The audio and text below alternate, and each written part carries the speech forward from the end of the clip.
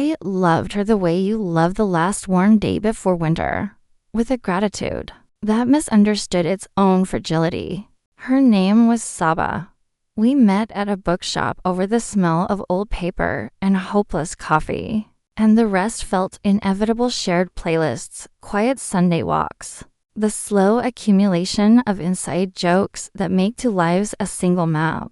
I thought I understood the coordinates of our world. Then one evening a message thread I wasn't meant to see rearranged the map into something I barely recognized. It wasn't a dramatic reveal. It was a sleepy Saturday, and I was looking for a receipt when my hand brushed the phone that lay face up on the kitchen counter. A notification pulsed 2 words, intimate enough to freeze me. I shouldn't have read it, and selfishly, I did. Names, plans, promises that weren't mine. The shock felt like cold water. My chest filled and then emptied. I put the phone back where I found it and went about making tea, as if I hadn't been struck by lightning. Denial arrived first, soft and plausible. Maybe it was a misunderstanding, an old friend reconnecting, a careless phrase. I asked her about nothing at first, what plans she had for the afternoon, what she wanted for dinner, small things to measure whether the warmth in her voice matched the warmth I remembered. She leaned into me as she always did, and I felt a fissure I couldn't yet name widen beneath that familiar contact. Confrontation seemed too easy, too juvenile. Screaming could be cathartic, but I wanted something else. I wanted truth to be unavoidable. So I studied. I observed the way she guarded her phone, the times she left the room to take a call, the new laughter that didn't belong to me. I kept notes in a notebook I named errands so it would be invisible if she ever glanced. Each entry was clinical, dates, times, fragments of overheard words. I told myself it was research, cold, objective, necessary. At night I slept badly, which is to say I dreamed with the precision of someone who has been handed a map and told it is wrong. I found myself replaying the early days, her laugh at a bad joke, the way her hair caught the light. Those memories became knives and saws at the same time. I started to tend to myself in small, stubborn ways. I ran at dawn again because the world makes more sense when your lungs are burning and your head is clear. I spoke to friends I had let drift away. The work of rebuilding a self looked like grocery lists and gym routines and phone calls with people who remembered me as an individual, not half of a pair. My plan was not to brutalize. I refused spectacle. Social media shaming felt poisonous and small. Instead, I constructed a quiet strategy. Make her own actions the instrument of consequence.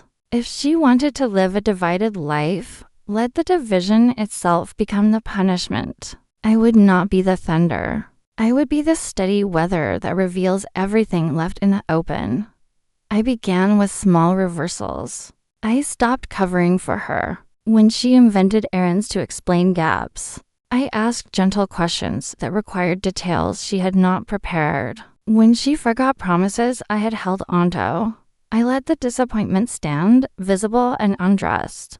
People are resilient, but also relationally lazy. Others will rationalize away a partner's missteps. When someone they trust cushions the blow, I withdrew that cushion. It wasn't theatrical.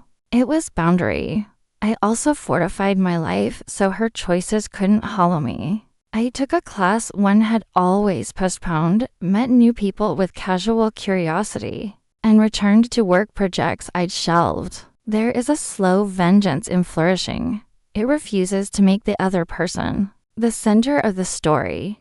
It's not cruelty. It's reclamation. I found that the more I filled my days with things that belonged to me, the less her betrayals had oxygen. Then, when the ledger of facts was sufficient dates that matched hotel receipts, messages that repeated phrases she never used with me, I called a meeting that felt like a final exam. I asked her to come over for dinner. I cooked because the act of feeding someone keeps a room ordinary, and I needed ordinariness to be the setting for an extraordinary revelation. She arrived radiant in a way that hurt because beauty and duplicity are often lovers.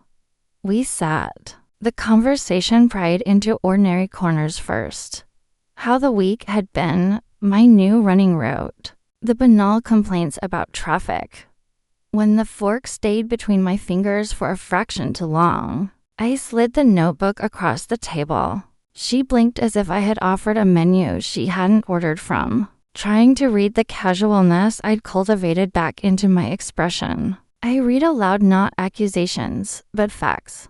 Dates, times, places, plain things that refuse the comfort of reinterpretation. The honesty of small details is brutal because it leaves little room for dramatic excuses. Her first response was the usual choreography: shock, anger, then a swift attempt to rewrite the narrative: blame, minimize, charm. She told me I was making mountains, that I was jealous, that I had misread what intimacy meant for her. She asked me why I wanted to punish her. The question was oddly candid. It made me realize how many people imagine betrayal is only painful because of ego. I told her the truth. I wasn't interested in punishment for its own sake. I wanted to be free of a lie that had become our roof. She wept then, in that staged way that always makes me want to believe. She offered contrition, explanations that sounded rehearsed, promises that evaporate with the next temptation. I listened. I sat with the grief she presented, then reached a quiet decision. I would not be complicit in a life where my worth could be disregarded as casually as schedules. I told her I would leave, not with a shout, but with logistics, a timeline to separate our things, a request that she vacate the shared account, a suggestion we tell our families in person, not through messages. I set boundaries with the precise calm of someone who has rehearsed courage. The weeks after were less cinematic than I suppose I expected. She tried to charm friends back into neutral ground, to frame me as unreasonable. Some people chose sides. Others drifted away, unwilling to pick at the seam of a relationship that was not theirs to mend. I packed slowly and deliberately, and each box I taped closed felt like a stitch in a wound healing. I dated rarely, awkwardly, like someone relearning how to speak in a language once taken for granted. I learned that sorrow diminishes not because you forget, but because your life becomes a larger room. Did she suffer? In small, practical ways, she lost the safety of my complicity, the quiet curation I had provided, the forgiveness that had been her habit. People who cheat often forget the labor that conceals and the cost of removing it. But I resisted the urge to gloat. Hurting someone because they hurt you cheapens both pain and power. Instead, I let the consequence be the life she had to live soberly, fewer excuses, more accountability, a smaller compass. Months later, I stood in a cafe I'd started to frequent, and the memory of her had the soft edges of a wound that had been sewn. I felt lighter, not because I had been vindictive, but because I had claimed myself back. Love had taught me trust. Betrayal had taught me boundaries. The ledger stayed in a drawer, a testament to a chapter closed. I kept it not as a weapon, but as a reminder. The person who betrays you does not get to decide what you become afterward. And so I moved forward not to make her suffer, but to refuse to be the place where her choices could live anymore. In that quiet refusal there was, at last, a kind of justice, the restoration of a life that belonged to me alone.